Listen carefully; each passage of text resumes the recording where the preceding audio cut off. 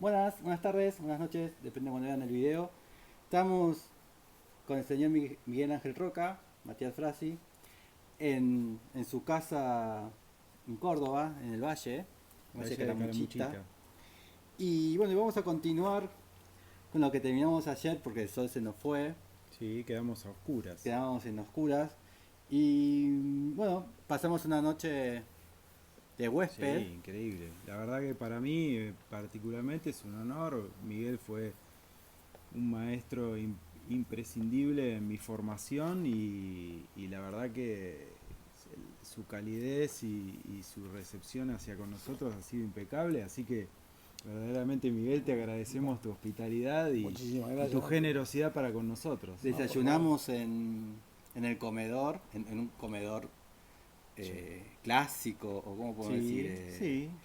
cultural, Sí, donde han pasado de muchas sociedades, personalidades de la cultura nacional e internacional. exactamente, de la casa, bueno, del padre, de Jaime, La casa la original. casa Y original, ahora estamos en la, sí, la, la nueva la casa nueva diseñada casa, por Miguel. El y silencio. en silencio. El silencio, así lo llamó mi mujer. Y hay algo muy lindo que hablamos de la casa original que estaría bueno tipo comentarla porque me gustó mucho la historia, que fue el hecho, bueno, que principalmente la casa es de techo de paja. Y me gustó esa historia de cómo fueron buscando la paja, cómo la recolectaban. La casa es una casa muy extensa de los años 40, Muy linda. que es muy hermosa, que tiene una galería hacia está orientada al noroeste, o sea que tiene una muy buena orientación y que tiene una galería muy linda en L, muy amplia, de unos 7 metros de profundidad y unos 15 de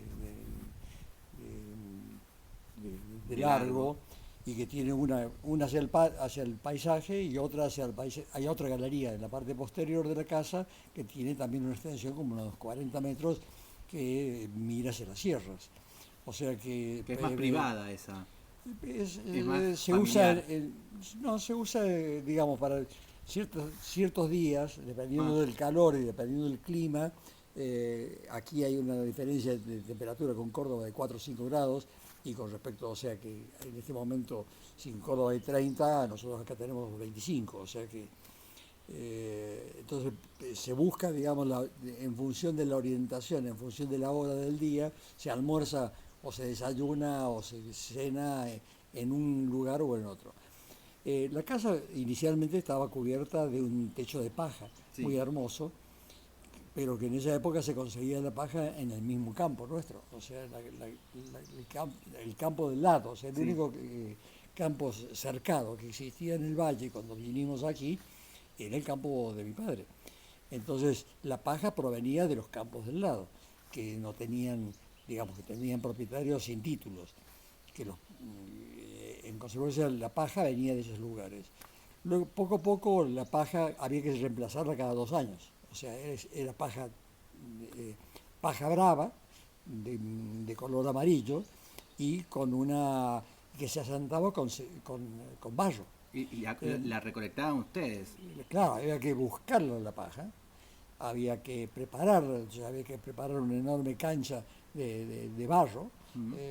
y esa cancha de barro servía para sentar, La paja sobre el... ese era el adhesivo que fijaba la paja. La paja se iba a había que cambiarla cada 2 años porque se envejecía Mm. y, o sea, no duraba. Y perdía el valor aislante y de Había lluvia. una capa, digamos, la losa, estaba la losa de hormigón y luego la aleación hidrófuga, que era Ruberoy Sí, sí, sí. con asfalto, y arriba de esto venía La paja. la paja.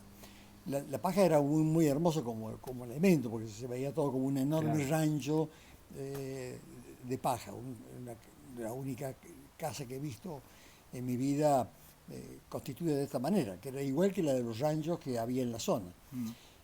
Esto duró como unos 30 años, o sea, hasta el año 70 que murió mi padre en un accidente de auto y mi madre, que salió en ese accidente de auto, que falleció mi padre, quedó quebrada en su cama. Me dijo un día: Miguel, por favor, retiremos la... retiremos la paja y poneme... Bueno, pero a su vez también había un faltante ya de paja por el avance. La gran dificultad que teníamos ya era que la paja antes se buscaba acá en el valle, después se terminó yendo a Tospampa, o sea, en el pie de la Sierra Grande, y ya no había lugar donde conseguirlo, era muy costoso y era muy... Trabajoso, laborioso. Laborioso porque cada 2 años había que reemplazarlo. Entonces mi madre dijo, yo no voy a seguir con eso, o sea, dame una solución definitiva y para eso ponerme tejas. Y dice, bueno, o lo haces vos o lo hago yo. Entonces, como buen hijo, puse la teja que accedí, dije Bien. que sí, fácilmente. Y no hice, claro, con mucho dolor, tuve que sustituirlo por la teja. Y después, bueno, ahí hay como una comunión también, que la arquitectura es como una comunión con el paisaje, con los materiales del paisaje, no Claro. siempre, bueno, ahora se llama sustentabilidad, ¿no? Pero también hay como, Claro. la arquitectura es parte del paisaje y del territorio. Bueno, el territorio estaba construido por mi padre. Exactamente. O sea, esta era una loma pelada en la que mi padre, todos los árboles que estamos viendo hoy día, que tienen 20 metros de altura, los plantó mi padre. O sea, pero hacían unos pozos que tenían 1,5 metros de profundidad, los dejaban abiertos durante bastante tiempo porque era pura piedra y se tiraban residuos y demás en ese lugar que eran abonos, hasta que finalmente se plantaba el árbol que había sido digamos, aireado y abonado, y finalmente se plantaban los árboles. Y en el pabellón que estamos ahora, en el Silencio, bueno, ahora ya pasó a ser una casa, ¿no? Pero, inicialmente también tiene como en sus esquinas, en sus troneras, son de piedra. Son de piedra, sí. Bueno, y también ahí hay como una relación también con el paisaje, estamos en un porque territorio son de piedras piedra. nativas del Bueno, lugar. Ahí todos vamos. los cercos de este campo tiene 200 hectáreas de esta parte de la loma y llega hasta el filo de la sierra, de la Sierra Chica. Entonces todos los cercos que hay son cercos de piedra. O sea que este terreno que tiene 700 metros de ancho y 1 kilómetro de profundidad, tiene un cerco todo de pirca. Así que Entonces la idea mía fue de entrada trabajar con la pirca, y a diferencia de la casa de mi padre, que son con la junta tomada, yo la hice acá a junta seca, o sea, como la pirca. Así que Y toda la piedra que está en el Silencio es sacada de la loma del lado. Sí. O sea, le he sacado en una loma donde pensé en algún momento hacer la casa. Compré un terreno al lado de un campo que unas viejas propietarias no le vendían a mi padre por enemistad personal. La conseguí comprar finalmente a su único heredero, y ahí empecé a hacer la casa, pero resulta que no tenía árboles el lugar. Tenía una vista fantástica, la misma que tengo acá, pero no tenía árboles. Entonces, esperar 30 años a que crecieran los árboles, no iba a tener la felicidad de tener los árboles que tengo acá. Entonces, así que el lenguaje es casi el mismo, ¿no? Buscar un material del valle, de la sierra, para construir parte de la casa por momento. Porque también lugar. el hormigón, allá hay hormigón, acá hay hormigón. pero el hormigón nada más que las vigas, ¿eh? Sí. Las Bueno, y vigas de ahí hormigón. también. Todo el resto es de madera. Sí. Este valle tiene 2 bases económicas. Una es el turismo, y otro es uno ve las Sierras Grandes totalmente cubiertas de plantaciones de pinos. Sí. Entonces, El aserradero. El aserradero. O sea, nosotros, incluso mi padre tenía un campo de 100 hectáreas que tenía todo forestado. O sea que he utilizado madera Autóctona también. más o menos, digamos, porque algunas se han necesitado poner maderas más resistentes. Sí, Esta más pérgola duras, claro. es madera dura, no es madera de pino, o sea, es anchico, o sea que, o vinapitá, o sea que teníamos que recurrir a maderas que no son propias del lugar, pero que son más resistentes. Pero mi idea era utilizar los materiales un poco, digamos, la madera y la piedra como lugares... Sí, que bueno, es un poco de lo que hablábamos ayer, la coherencia del proyecto de arquitectura pensado en dónde uno va a intervenir. Ah, claro. Acá está en relación con el paisaje del fondo, o sea que este pabellón de vidrio, pero que está rodeado de madera, o sea, de postigones de madera, que me da privacidad y que me aleja de la obra manifiesto de las Mansworth, y me acerca más a una casa tradicional, son estos postigones corredizos que hemos visto que ayer estaban todos corridos y hoy día Los abrimos. hemos abierto nada más que la parte esta. Entonces, en realidad ahí el movimiento moderno a veces con mí había una cuestión de rigidez, ¿no? Como esta caja perfecta que puede estar en cualquier sitio. Y acá por lo menos es esa misma caja, pero construida con los materiales y con las exigencias de la vida cotidiana. De la vida cotidiana. No, Entonces, y también ahí, del lugar, o sea, a ver, sí, yo bueno, creo que hay un repensar en ese manifiesto, digamos, de la arquitectura moderna con la caja de Mies, que está repensada en este caso a un sitio, a un lugar y también a unas realidades diferentes, o sea, y también funcionales, porque digamos, vivir acá es lógico y vivir en esa casa es ¿Y por medio qué, complejo. ¿por qué cree que... es muy difícil vivir en claro, un manifiesto. Sí. ¿Y por qué cree que Mies van der Rohe o tantos modernos de esos tiempos, ¿no? Neutra también, eran tan rígidos con la idea y no se permitían, bueno, generar una pérgola, poner un postigón de madera? ¿Por qué cree que había tanta rigidez en esos momentos? Que en ese momento y en el momento de la vida de estos autores es el momento de afirmación del movimiento moderno. Sí. O sea, es un momento liminar fundacional en los años 20 y en los años 30 de la formulación de la modernidad. O sea, es la constitución de un... hay rigores conceptuales y rigores teóricos que se ajustan a una... más que a la realidad, a una realidad ideal, o sea, a un ideal de sociedad nueva. En consecuencia, el manifiesto surge en la década de los 20 o 30, así como surgen otros manifiestos políticos, comunismo. Y demás, claro. O sea que básicamente fue eso. Estamos lejos del momento fundacional del movimiento moderno. En consecuencia, acá no hay mucho más adhesión a la habitabilidad y a la vida doméstica y a la psicología de los individuales, a los sentimientos, que a definir ideales. Y en ese caso abstractos. Wright fue como el que más libertad personal tuvo. Frank Lloyd Wright. En ese sentido fue el menos esquemático o conceptual. Lo que pasa es que, pudo... que Wright venía del siglo XIX, o sea, del Art and Craft. O sea, que había trabajado, o sea, casi se lo considera como del siglo XIX para muchos.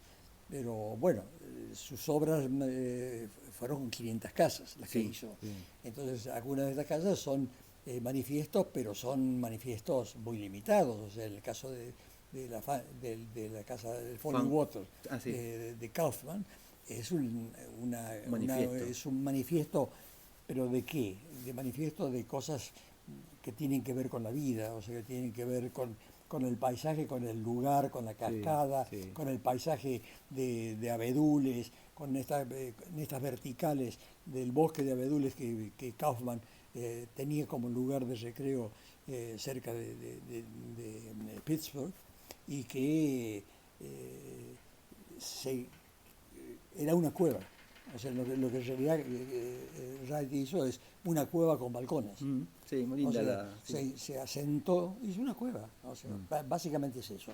Cuando uno entra, tiene esa sensación. O sea, tiene la sensación, el piso es el mismo del lugar, hay una piedra del lugar, la presencia del agua y del bosque están presentes justamente en ese sentido, tu obra, en este caso particular, se posesiona en el territorio de una manera más parecida a la de Wright que a la de Mies. A pesar de que, bueno, tuviste también... No, hay elementos.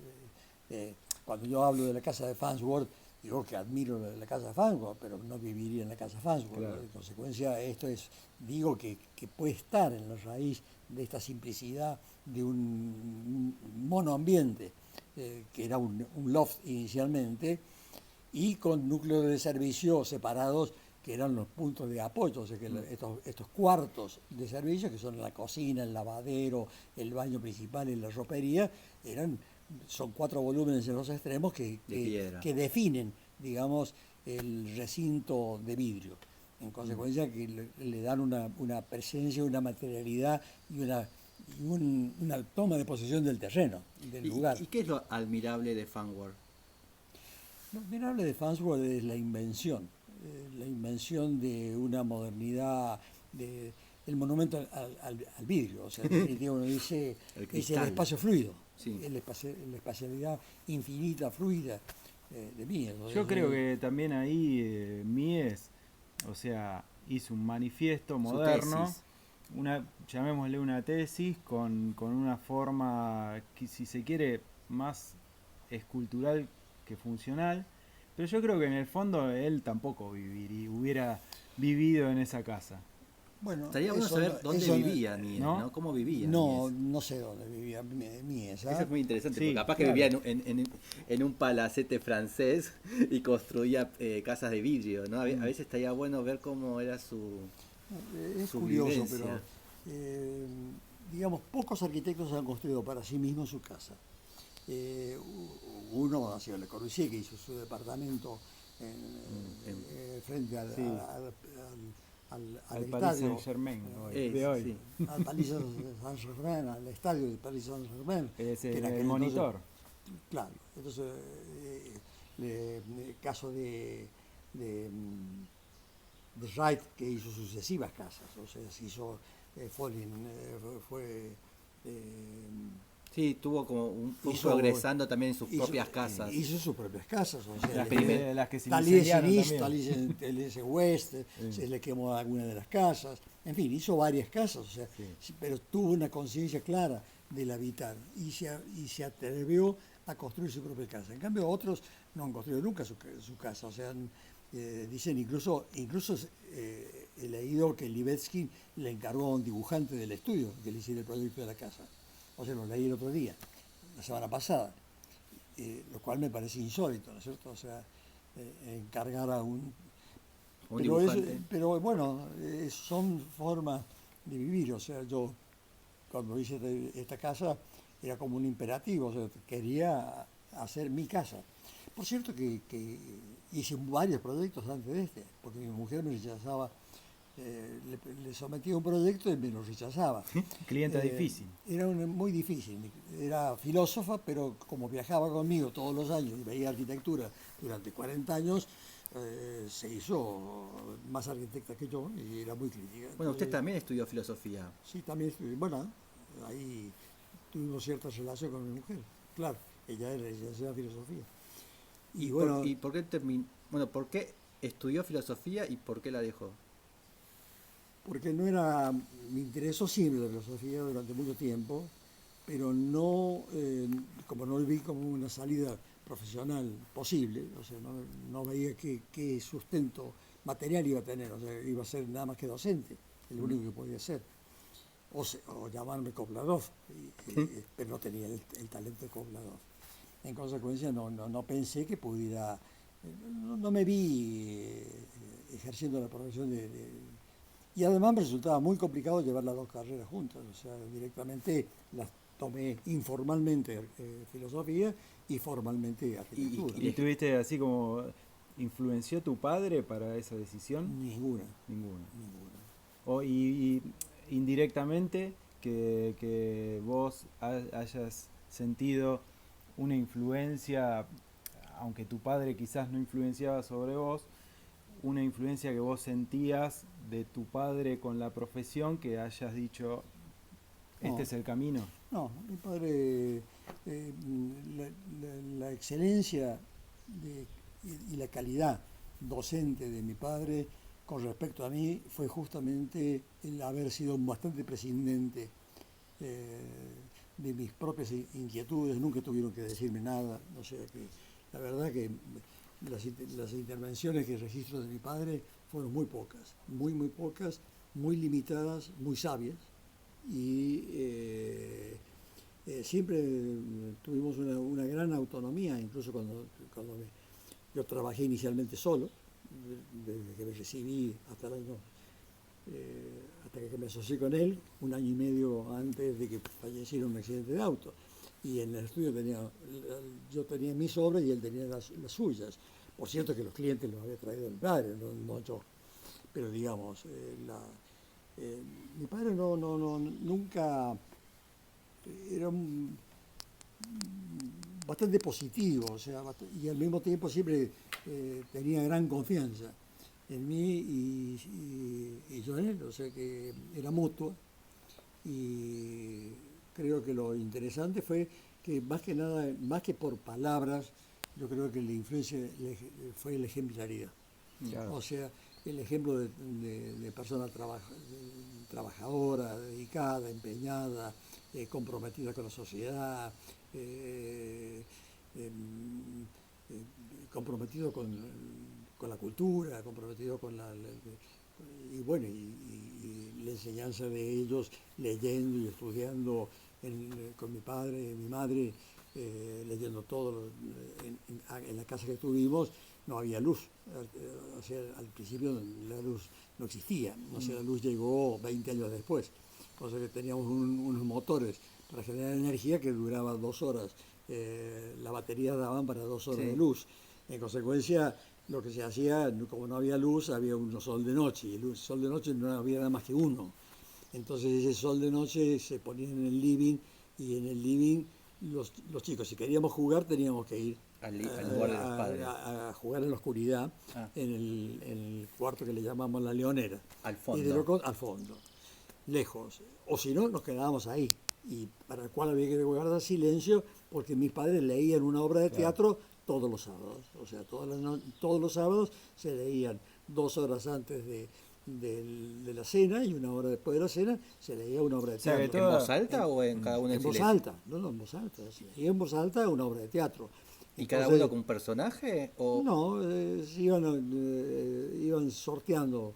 Le tocaba un momento a mi madre, otro momento a mi padre, y otro a un amigo, muy escritor, que se llama Humberto Castelo, y cada uno de ellos leía. Entonces yo escuchaba, no tenía más remedio que escuchar. Entonces, ¿qué escuchábamos? Anouilh, Sartre, Camus, Saroyan, O'Neill. O sea, estamos hablando de la gran literatura de la época, americana y francesa. ¿Y ahí alrededor del fuego? Sí, en el living. En el living, O sea que bueno, lugar. O sea que es teníamos, inevitable esa influencia eso fue artística y cultural que recibiste de claro, niño. eso fue decisivo. Y a la mañana tenía el privilegio de, como dormía con un soltero entrerriano, que era periodista y escritor, me despertaba, éramos compinches, y me despertaba a las 7 de la mañana para tomar el mate. Entonces tomaba mate y hasta las 8 leía, y me leía, por ejemplo, cuando tenía 10 años, 12 años, me leía Cervantes, leía el Quijote, y por ahí incluso me leía el Ulises de Joyce. O sea, por cierto que seguramente entendía muy poco de Ulises, de Cervantes entendía más, además tenía paciencia, y entre mate y mate hacía algún comentario, o sea que bueno, era una contaminación con la lectura importante, Claro. importante. O sea, la ejemplaridad de mis padres y la ejemplaridad de este amigo creo que me han marcado bastante en el comienzo de una pasión que siempre he tenido por la lectura. ¿Y tus hermanos también participaban en todo esto? No. ¿O vos eras como un caso No, especial? no, éramos todos. Has sido más... Todos los que veníamos, pero éramos los más chicos, o sea, mis 2 hermanas y... ¿Y tu hermano mayor? No, mi hermano mayor no participaba prácticamente, esto ya Era más grande. era más grande y no. O sea que vos también has sido muy receptivo de todo ese bagaje cultural para poder después expresarlo la verdad que en tu carrera. Sí, la verdad que tuve muy buenos maestros y afortunadamente he tratado de ser un buen alumno. Y con ese pasado cultural o literatura, cuando llegaste a la adolescencia y a la academia, sentiste una necesidad de filosofía.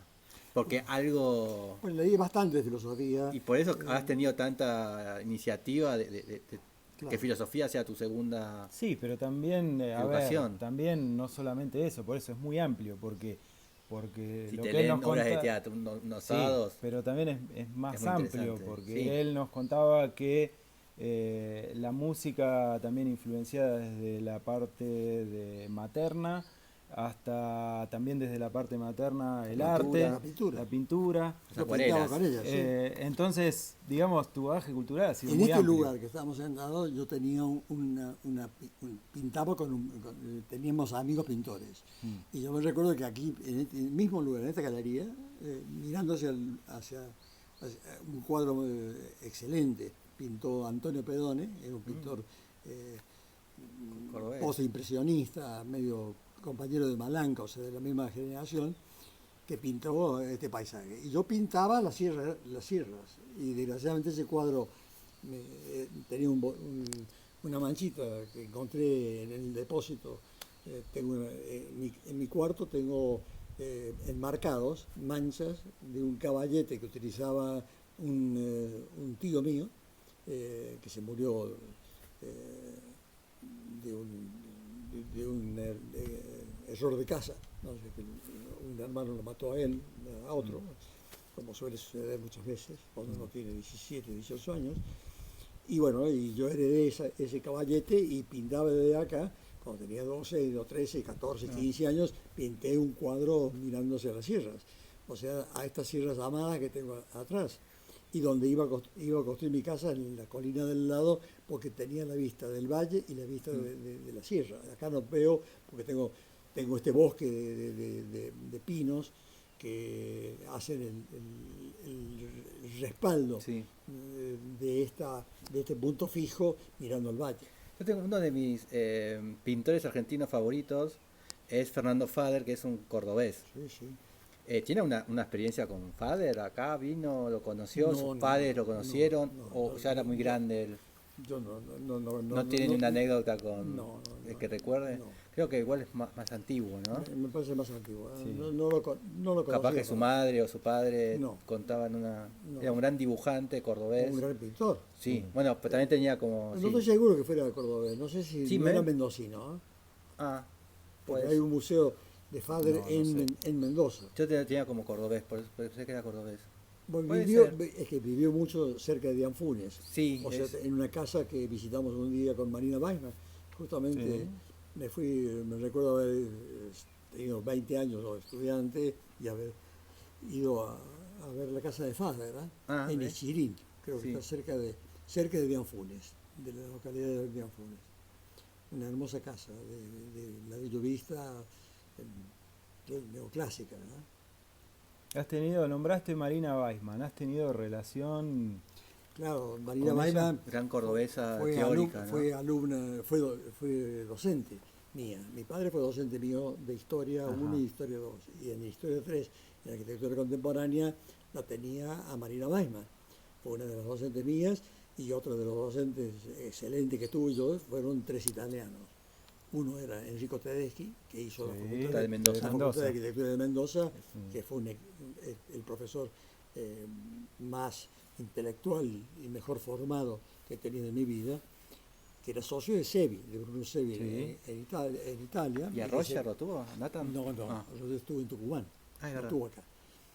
No, me tocó Tedeschi, que mi padre, que siendo decano, lo trajo de Tucumán para enseñar teoría de la arquitectura. Entonces, yo hice teoría de la arquitectura en segundo año con Tedeschi. Después lo tuve de profesora de historia a Marina Weisman, y de profesor de urbanismo a Ernesto Lapadula, que es el que hizo el plan Sí, regulador sí. de Córdoba y el anillo de circunvalación que se acaba de terminar después de 60 años de haberlo propuesto. O sea, acá O sea, has recibido también de una uno- formación maravillosa, desde la de cuna esos profesores. hasta después he tenido muy buenos profesores. universitariamente. Sí, he tenido buenos Y profesores. la hora de, volviendo al movimiento moderno y a esa rigidez, la hora de la palula, el cuadrado romano, Se llaman La- el Coliseo Quadrato. Sí. Coliseo Quadrato. La obra de los de los Es una obra, los arcos. es una Sí. obra excelente. Excelente, movimiento moderno. Mm. Ahí también volvemos un poco a la rigidez, ¿no? ¿Lo conoció? ¿Estuvo ahí? Claro, sí, he estado Sí, en la URF. edificio, Bueno. sí. No, sí, Hay un, no había ido nunca hasta que me invitaron a un congreso de arquitectura sobre la Città, Sí, llevan la chita, sí. algo así, un congreso En la de los Sapienza, años 2000, ¿no? la Universidad de la Sapienza organizaron un congreso que se hizo en el EUR, allá en el año 2006, 2007, o algo por el estilo, y paré justamente en Roma y sesionábamos siempre cerca del Coloseo Quadrato y de la obra de Piacentini y de varios arquitectos importantes. ¿Y ¿no? la Palula lo nombraba? ¿Lo hablaba mucho en sus clases? No, no, Ah. de su pasado, Sí. no, daba clase de urbanismo, Ah. no, No se autorreferenciaba en No. sus clases. no, Ese es un buen profesor. no hablaba mucho de su obra. Un excelente docente también, o sea, tuve otro que se llamaba el ingeniero Devoto, un ingeniero De Como mi tu barrio. barrio. de sumamente culto, Félix Devoto. Félix Devoto era un profesor de planeamiento. Mi padre introdujo varias materias, paisajismo, agrimensura, Urbanismo. urbanismo 1, planificación urbana. Todas estas materias las introdujo mi padre en O sea que plan- fue vital, digamos, para la Universidad Cordobesa, Jaime. Ya lo- justamente mi padre la influencia de tu padre y también, porque no es fácil, ¿no? En un Claro. cierto momento de la historia querer introducir, quizás en una sociedad que también era un poco más ortodoxa y clásica, todos estos temas que eran muy modernos para la época. Sí, claro, eso fue en los años 50. Afortunadamente yo heredé toda esta, una facultad cambiada y que fue... ¿Y el abuelo Roca? ¿Su abuelo Roca era un señor también Era un señor- académico? No. Así que El abuelo fue todo era... producto de Jaime. Bueno, acordate que mi abuelo creo que era tenía un almacén de ramos generales o algo por el estilo, no sé demasiado. ¿Eh? Sí, Sé que tenían una vocación de construir siempre había gente en la casona de ellos, que era una casona patio, así, a la manera de las casonas, digamos, romanas, con un atrio principal, un hall, yo me recuerdo, un patio En Córdoba principal, ciudad. en Córdoba ciudad, en la calle Riverindarte, cerca de la Plaza General Paz. Me recuerdo de casa paterna, y abajo había un gran sótano que usaban justamente para escapar, porque participaban en la política. Y ahí tenía el estudio Diodoro Roca. Diodoro Roca es mi tío, que es el que escribió el manifiesto liminar de la Reforma. Es verdad. El manifiesto está escrito por él. O sea, Sí. él es uno de las figuras claves de la reforma universitaria. Así que y- algo Y sí, Jaime ya se iba mamando también de su propia familia. Claro, mi padre, todos los hermanos eran tipos muy interesantes, o sea, Héctor era físico, otro era médico, eran todos tipos con una formación cultural importante, y Diodoro no solamente era un abogado renombrado, sino que además era un político no a la manera de los actuales, o sea, nunca fue diputado, nunca fue nada de eso, pero cuando murió, la ciudad de Córdoba salió A despedirlo. a despedirlo. Y cuando venía alguna figura importante, Aldo de la Torre, todas las figuras políticas de Latinoamérica pasaban por el estudio, pasaban por lo de Diodoro. Y Diodoro no salió nunca de Córdoba. ¿No? O sea, no, lo máximo que hacía era ir a Ongamira, que amaba y pintaba. O sea, pintaba Ongamira, tiene unos cuadros hermosísimos de Ongamira. Y iba a un rancho, que yo me recuerdo cuando chico, haber ido, claro, murió muy joven. O sea, para mí, yo lo disfruté solamente hasta los 8 o 9 años. ¿eh? Y siendo arquitecto, o capaz que lo hizo y no lo sé, ¿nunca imaginó o quiso hacer como un museo familiar, un museo Roca, contando todas estas experiencias? Creo que... No, porque hay mucha historia, hay muchos datos. Estas son historias personales. Bueno, sí, pero pueden ser también cuestiones la historia que a la sociedad cordobesa le puede interesar. Bueno, en todo caso, a mí no es un cometido mío, ¿no? Ok. Digamos, me gustaría que lo haga otro, capaz. honrarlo a mis padres, pero no. O a los tíos, sobrinos, abuelos. Sí. Porque son un referente de la ciudad, de un punto. Han creado Sí, pero bueno, una no. cultura cordobesa. Bueno, digo, nada que a uno lo impacta todo eso, pero eso no te marca. El hecho tengo parientes muy chotos y otros muy lúcidos. O sea, Sí. Bueno, de hecho... no hay una maldición familiar. No, claro. Ni hay un destino familiar, ni todos los hijos de un padre talentoso resultan ser talentosos. O sea, O incluso usted, ¿no? Que ni ha hay un generado ma- muchas obras ni hay un mandato. interesantes. Bueno, yo no tengo hijos, afortunadamente, o sea, en ese sentido no ¿Por qué tengo. afortunadamente? No, digo que afortunadamente no tengo este mandato Ah, de ok, formar claro. una historia. Sí. O sea, mi historia termina acá. No me preocupa. Bueno, pero has generado muchos Alumnos. hijos universitarios. Ah, sí, O sea, has enseñado. logrado una influencia muy grande en todos nosotros, por ejemplo. Sí. Y su patrimonio cultural propio, ¿no? Su documentación de obras, sus escritos, sus lecturas. Bueno, los escritos están publicados y las obras están todas en el archivo Y eso del como estudio. lo maneja el estudio como su... No, está todo entubado, o sea, está igual que lo de Clorindo, en tubos. ¿Qué pasará con eso en el día de mañana? No lo sabemos, no tenemos... Y usted no tiene algo planificado. No. Quiero no, que esto sea... no he pensado en mi futuro silencioso de Sí. la muerte. ¿Cómo va a ser su legado cultural en espero sus que propias obras? no se me ocurre pensar en Claro, la muerte. no. O sea, espero No, pero uno que capaz aparte puede lo ir más tarde preparándose. posible. O sea, estoy Como preparado para vivir 100 años y no me interesa mucho. una Sí. fundación... Bueno, eso Como está la Fundación Testa, está la Fundación Roca. se verá ¿Hay en una el fundación futuro. Testa? No sabía. Sí, Sí. sí. La maneja- Hace 2 años se fundó, valga la redundancia. Y está con todo el legado que de Juan Roca. Fontana con la Testa. hija de Clorindo.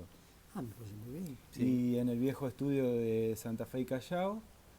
Y bueno, se están catalogando Sus todos obras. los proyectos, así como vos decías que tenés todo entubado, él lo tiene y bueno, se está generando muy a pulmón, pero Me es alegro un legado muchísimo, muy importante.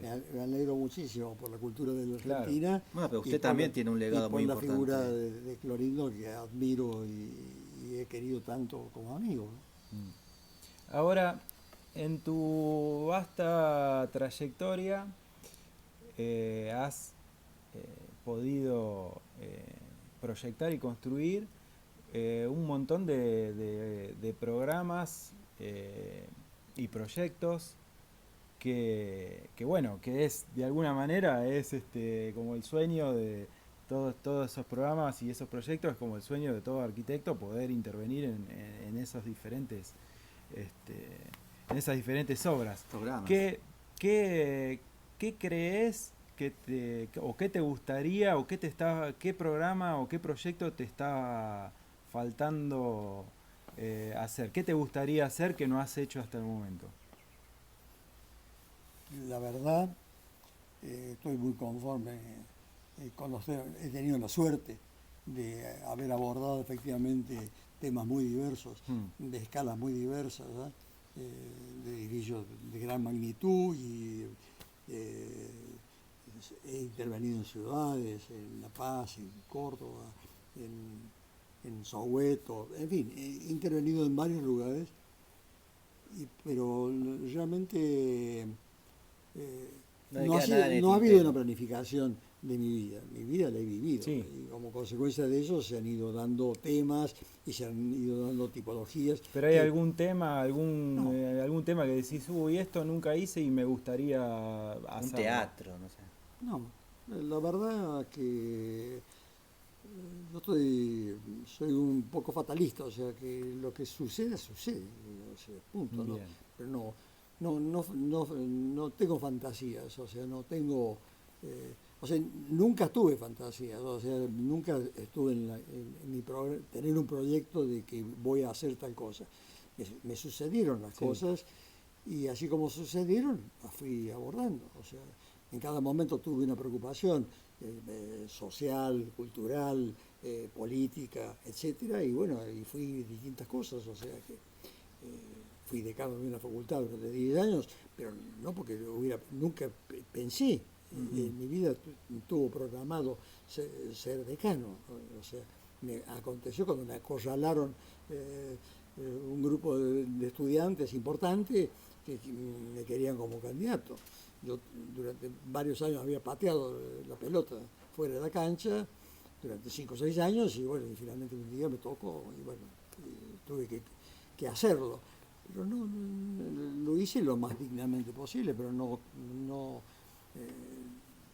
no fue algo que me interesara particularmente. Bueno, ahí he desarrollado temas que me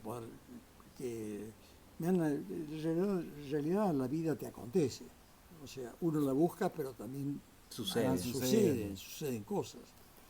Y bueno, y es muy difícil programar la vida, pero además yo, digamos, visualizo un futuro, pero ese futuro no está cargado de muchas demandas. Bien. Bueno, ya estamos en el límite y pensate una pregunta corta. ¿Y si algún estudiante joven, entre 25 30 arquitecto, le dice a qué ciudad debe ir para aprender arquitectura? ¿A qué ciudad lo mandaría? Yo creo que las ciudades O algún país, por lo menos. Las ciudades son inagotables, o sea, el producto cultural por excelencia que existe en el mundo se llama la ciudad. Sí. Y la ciudad es recipiente de generaciones, de múltiples generaciones. Eso es lo interesante de la ciudad, o sea, que es el testimonio de siglos, a veces de años. En el caso de Córdoba, bueno, solamente 400 años, pero vas a Roma y tenés la historia de 1300 años o 2000 años. Bueno, yo creo que todas las ciudades nos enseñan cosas distintas. Me interesan las ciudades más bien viejas que las nuevas. O sea, no me interesa Abu Dhabi, Dubái. O sea, confieso que las ciudades sin pasado, ex novo, no me resultan interesantes, no me resultan atractivas, no me movilizan emocionalmente. Pero las ciudades históricas, que está llena el mundo de magníficas ciudades, o sea, de Kioto a París, de Roma, cualquiera de estas ciudades, son lecciones espectaculares de historia. O sea, una ciudad moderna como Brasilia, ¿qué te genera? No, Brasilia me resulta menos sugestiva, pero de todas formas, como la he visto en construcción, cuando era estudiante, y le he seguido y he ido muchas veces, invitado a congresos, invitado a jurados y demás, no te digo que me he llegado a enamorar, pero sí hay obras, me parece testimonio de una idea de ciudad importante, que se ha concretado afortunadamente en Latinoamérica y en una ciudad próxima, como es Brasilia, en un país muy querido como es Brasil, que ha dado una elección ejemplar de urbanismo moderno, pero tiene la rigidez moderna tiene un nivel de abstracción que no compatible con lo que me interesa de las ciudades. No tiene una vida que sea urbana verdaderamente, claro. Pero tiene obras espectaculares. O podríamos decir las obras de Niemeyer, hay el Palacio del Planalto, el Palacio de la Legislatura y el Palacio de la Cancillería. Son tres obras maestras de la arquitectura. Podríamos hacer un paralelismo como el que hacíamos antes con la Casa Farnsworth de Mies, con Brasilia, que es más un manifiesto que algo para ser vivido. Yo pienso que sí, o sea, no es. Sin embargo, he descubierto con sorpresa, porque me han invitado muchas veces, digamos, he estado en un ELEA, o sea, un encuentro latinoamericano de estudiantes de arquitectura, o sea que he estado varias veces y he hablado para distintos auditorios. En este caso, un congreso de 10.000 estudiantes de arquitectura que se juntaron en Brasilia, y descubro que los estudiantes que me recibían, eran nativos de De Brasil, la ciudad moderna. de esta ciudad, Sí. y la encontraban adorable. O sea, la capacidad del hombre para acostumbrarse o sea, yo A me las imagino a ciudades. los habitantes de Palmanova, o sea, de una ciudad Sí. ideal de Filarete, pueden sentirse tan, la sienten como la naturalizan, porque Claro, como porque es viven donde en ese nacieron. lugar, es donde nacieron. Es su Entonces, normalidad. es su Claro. normalidad. O sea, para cualquiera puede habitar en una ciudad, o sea, los habitantes de Dubái hoy día Están contentos. me imagino que vamos a encontrar generaciones que van a aceptar eso como una realidad, Claro. y lo mismo pasa Que es una ciudad terrible desde el punto de vista de urbano del caminante, del peatón. es que no existe. No existe. No existe la dimensión Claro. del peatón, no existe la idea del peatón. O No, sea, son ciudades muy tampoco el lugar- calurosas, porque tampoco el exterior es hostil. Sí. No existe la plaza, por ejemplo. Lo que tiene el entorno es nada más que el calor. Sí. Es un desierto O sea, que lo es una- convirtieron en una Claro, ciudad. entonces es una ciudad como Y mal artificial. diseñada también. Claro. O sin diseño. O con un diseño Sí, muy pobre, pobre. muy pobre. Sin embargo, próximo a él hay una ciudad que se llama Nasdaq o algo por el estilo, que es o Mazar, que ha hecho Foster, como una ciudad ecológica, Sí. una ciudad inteligente y ecológica, con una enorme playa de estacionamiento y con edificios diseñados entiendo que es muy interesante. Yo no he ido, he visto fotografías de algún amigo que ha estado, que se ha aventurado a ir con pasión a esta ciudad. Bueno, Nueva ciudad ideal. pero ha descubierto que esta ciudad tiene mucho interés, la ecológica, la que diseñó Sí, sí, Foster. Foster. ¿Ah? Claro, yo creo mucho en la ciudad histórica, o sea, cuanto más histórica es mejor, o sea, Bien.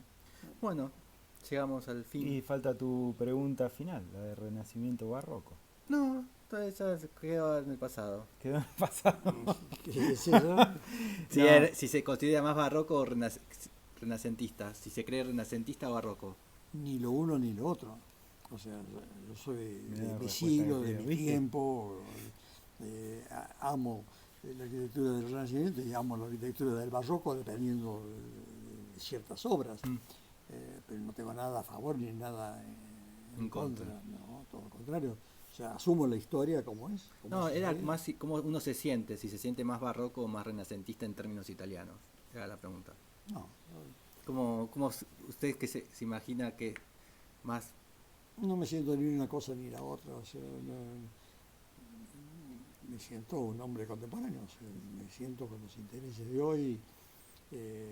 No con todas las herramientas de la cuarta revolución industrial, porque no soy bastante analfabeto tecnológico, pero, o sea que todavía estoy inscripto más bien en el universo del 19 y del 20 primeros, o sea que es además lo que leo, lo que más frecuento, o sea, en una época frecuenté los clásicos, de Esquilo, Sófocles, Eurípides, Heródoto y demás. En otros periodos frecuentó a los romanos y demás, y los clásicos del siglo XVI y XVII, pero europeos, Cervantes, Shakespeare y demás. Pero hoy día me interesan desde Ishiguro, McEwan, García Márquez, pero me interesan otros del pasado inmediato. Acá veo que el soporte de esto es un libro de Sí. Facundo de Sarmiento. Sarmiento, que es la obra más admirable que ha producido la Argentina y Latinoamérica como pieza literaria. Cuando leo los contemporáneos a Sarmiento, a Dostoyevsky, que estoy leyendo de 1860, a Chekhov de 1860, 70, 80, a Proust, a Flaubert y todos ellos, digo, por cierto que Era un contemporáneo, era un colega. Sarmiento no escribe como Flaubert, ¿no es cierto? No es Flaubert, pero tampoco es Balzac, y tampoco es, pero tiene una vigencia contemporánea, es una obra de una calidad tan grande, literaria, y al mismo tiempo es una síntesis de historia, manifiesto, es lo que era él, o sea, es un universo, el mundo Sarmiento. Sarmiento, si hubiéramos tenido 3 Sarmientos, la Argentina sería una potencia en el mundo. Bueno, tuvimos uno solo. Bueno, y no alcanzó para, y nuestra, no nos alcanzó. Para nuestra idiosincrasia. Llegó hasta ahora. Sí. O sea, se está demoliendo la construcción sarmentina. Cuando tenemos que los docentes no quieren ir a dar clases porque que no entienden, bueno, y cuando vemos los políticos que tenemos, nos encontramos con una realidad Pre-Sarmiento. pero muy anterior a Sarmiento. O sea, el compromiso social, político, cultural, educativo. O sea, Sarmiento construyó este país, pero al mismo tiempo resultó ser un escritor formidable.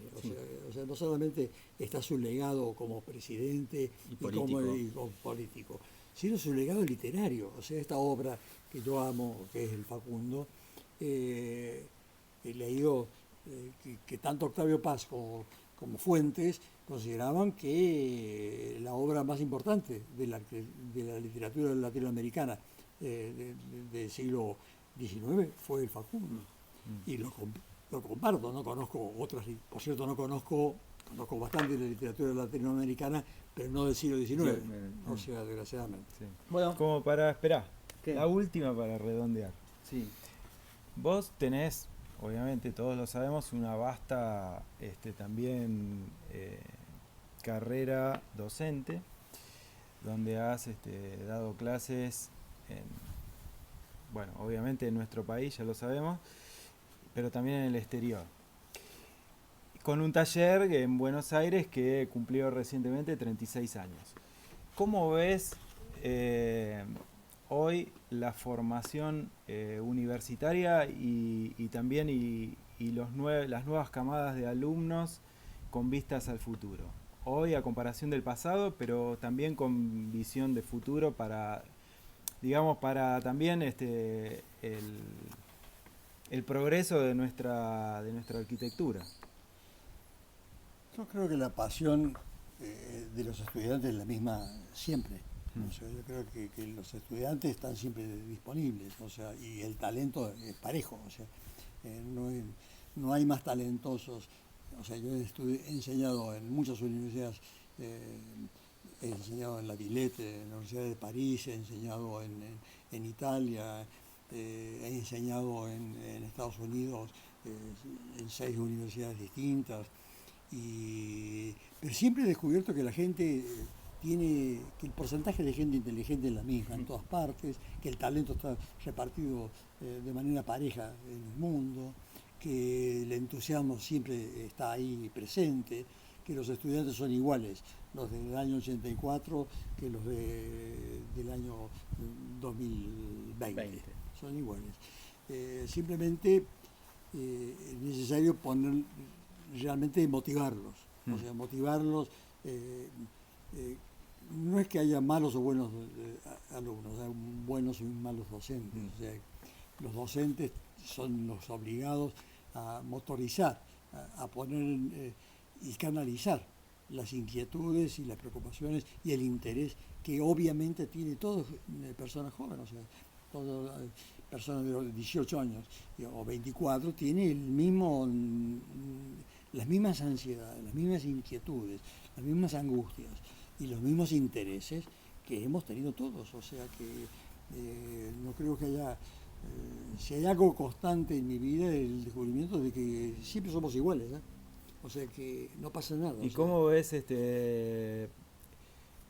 cómo ves parado a la formación argentina con referencia a esas universidades del mundo que te tocó enseñar? ¿Qué punto a favor y qué en contra tenemos? Bueno, yo no creo que tengamos ni puntos a favor ni puntos en contra. O sea, yo pienso que en todas partes he encontrado las mismas inquietudes. O sea, lo único que nos falta a nosotros es un proyecto de país, es decir, un proyecto verosímil de un país normal. de un país normal que quiere crecer, que quiere insertarse en el mundo, que quiere ser igual. Justamente para generar oportunidades a esas camadas que salen de la Por universidad. eso, lo que no tienen es, no hay en la Campo de Argentina acción. campo de acción para, Claro. para la profesión. O sea, cuando yo te refería anoche de que cuando comenzamos a viajar con el taller de Buenos Aires a Chile hace 15 años, y los ingresos per cápita de la Argentina y de Chile eran iguales en aquel entonces, $10.000 per cápita, y hoy día descubrimos que Chile tiene $20.000 per cápita, $22.000 per cápita, y nosotros 9.000, nos descubrimos que en la historia está sucediendo al lado, está sucediendo en Uruguay, en Chile, y que la Argentina está paralizada. Tenemos 10 años de parálisis total. O sea que yo lamento decir esto, ¿no? O sea, que en la Argentina pareciera progresar el atraso, no el desarrollo. O sea que lo que tiene que haber es proyectos de desarrollo, de crecimiento. El crecimiento económico genera crecimiento de todo, de oportunidades profesionales, de realizaciones de proyectos personales. O sea, la gente necesita tener un proyecto de futuro. De vida. De vida. Entonces, eso es lo que nos... Tener esperanza. Eso es lo que nos generaba gran esperanza y optimismo en la Argentina y que motivó que volviera a la Argentina teniendo tantas oportunidades de quedarme en lugares muy diversos.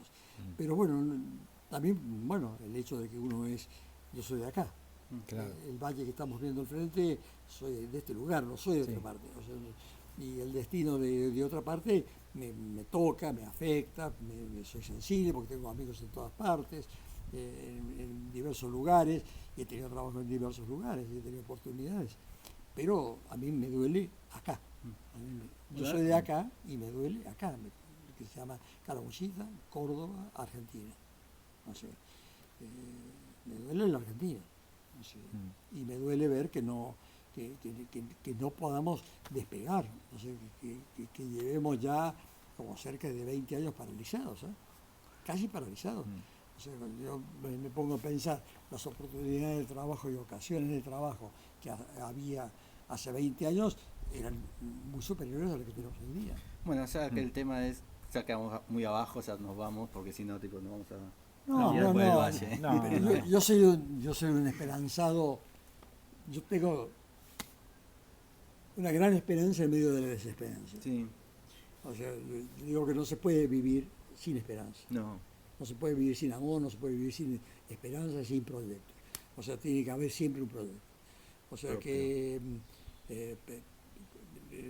lamento que no haya un proyecto colectivo que podamos suscribir. Hay proyectos individuales nada más. Sí. Pero le deseo toda la suerte a todos los nuevos estudiantes y a los nuevos jóvenes arquitectos. O sea, ojalá este país despegue y empecemos a crecer de nuevo y haya oportunidades de trabajo para todos. Sí, tenemos 40 años adelante nosotros ahora. Hay que imaginar un horizonte. Sí. Esperemos. Ojalá. Bueno, hasta luego. Muchísimas gracias por Miguel, el hospedaje. por todo. Muchas gracias por todo. todo. Eternamente agradecido. Sí, muchas gracias. Chao. Gracias a vos. Hasta la próxima.